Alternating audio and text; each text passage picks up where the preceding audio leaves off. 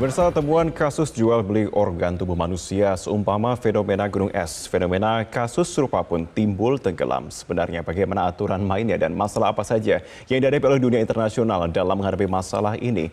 Data dan fakta kami sajikan dalam segmen Fact Check bersama dengan rekan Dade Salampesi di Newsroom Metro TV. Dade, silakan. Ya, Marvin dan pemirsa, ada pepatah lama yang mengatakan ada asap, ada api, ada gula, ada semut.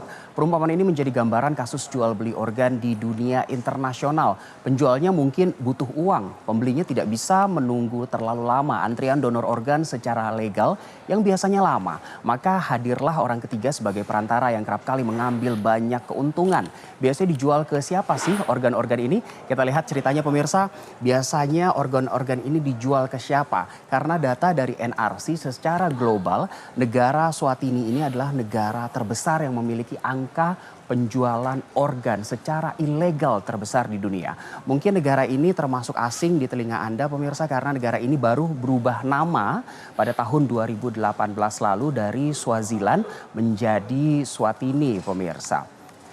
Di Rumah Sakit Raleigh Fitkin Memorial Hospital pada tahun 2013 mereka diduga memperjualbelikan organ tubuh manusia dan di sana memang kebutuhan organ meningkat karena ada praktik muti atau praktik perdukunan tradisional yang berkembang di sana. Bahkan di sana jual beli organ tidak hanya di dalam negeri tapi juga ke sejumlah negara tetangga Eswatini yaitu Afrika Selatan dan juga Mozambik. Sementara di dalam negeri pada 2016 pihak kepolisian di Bandung sempat membongkar yang namanya sindikat penjualan ginjal. Pada saat itu menurut tersangka orang yang menjual ginjalnya hanya mendapatkan upah 80 sampai 90 juta rupiah hanya untuk satu ginjal. Sementara si tersangka yang menjadi perantara menawarkan ginjal yang sudah dia beli seharga 225 juta rupiah. Dan apabila orang yang sudah menjual ginjalnya seharga 80 sampai 90 juta rupiah ini berhasil menemukan orang lain yang juga ingin menjual ginjalnya, maka dia mendapatkan upah sebesar 10 juta rupiah. Kita lihat data dan fakta lainnya pemirsa, organ apa yang paling dicari di dunia untuk diperjualbelikan. Data menurut WHO yaitu Lembaga Kesehatan PBB, ternyata organ yang paling dicari di dunia adalah kornea mata yang segar yang dihargai 20.000 bukan rupiah tapi dolar Amerika Serikat. Kalau saya cek nilai tukar mata uang asing pada pagi ini, angka kornea segar artinya harganya lebih dari 275 juta rupiah. Di urutan kedua ada tulang dan juga ligamen. Bayangkan pemirsa, 5.000 dolar Amerika Serikat ini hampir 69 juta rupiah. Dan tentu saja ginjal yang angkanya mencapai kalau dirupiahkan lebih dari 2 miliar rupiah. Dan ternyata dari seluruh angka jual beli organ tubuh segar di dunia, 75%-nya adalah ginjal yang paling banyak dicari.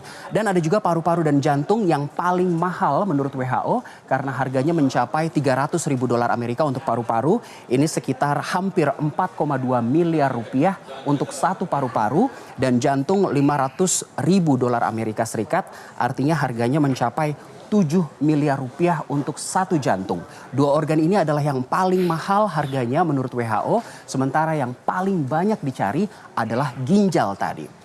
Lalu timbul pertanyaan, sebenarnya hal ini legal atau ilegal? Ini tergantung bagaimana kita melihat dan memaknai konteksnya. Kalau kita katakan sebagai donor organ, ini legal. Tapi kalau jual beli organ, ini ilegal pemirsa. Saya masih mengutip data dari WHO, Lembaga Kesehatan PBB.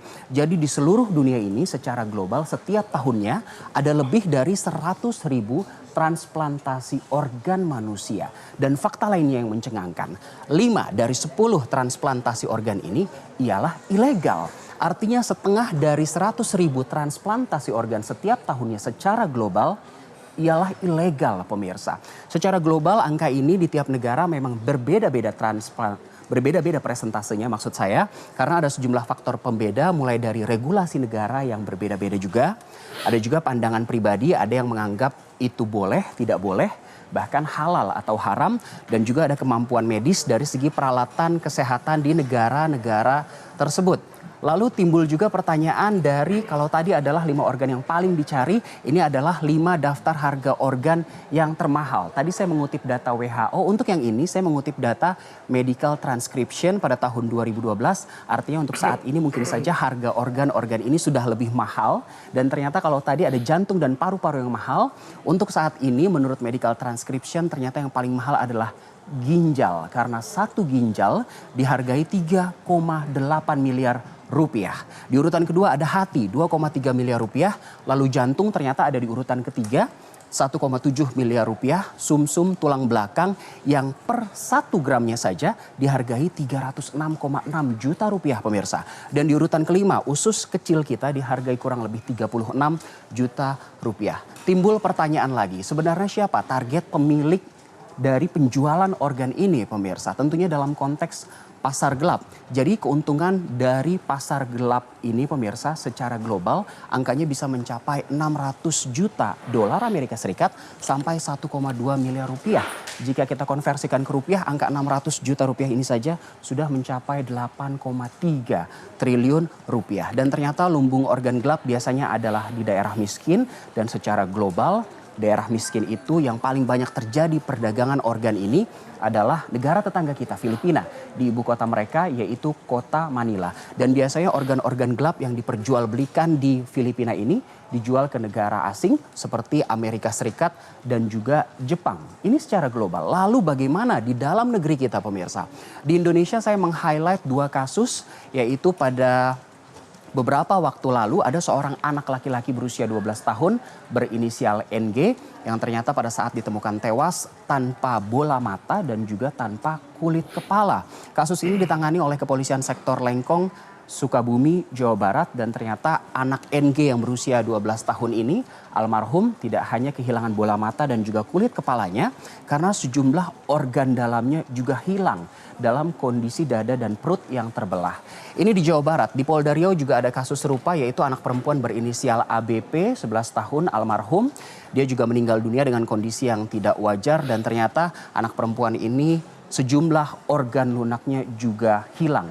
Dan diduga kedua kasus ini terkait dengan jual beli organ manusia pemirsa. Sebenarnya bagaimana prosedur donor organ yang legal di dalam negeri? Seperti yang saya sudah ungkapkan tadi, kalau konteksnya adalah donor organ ini menjadi legal.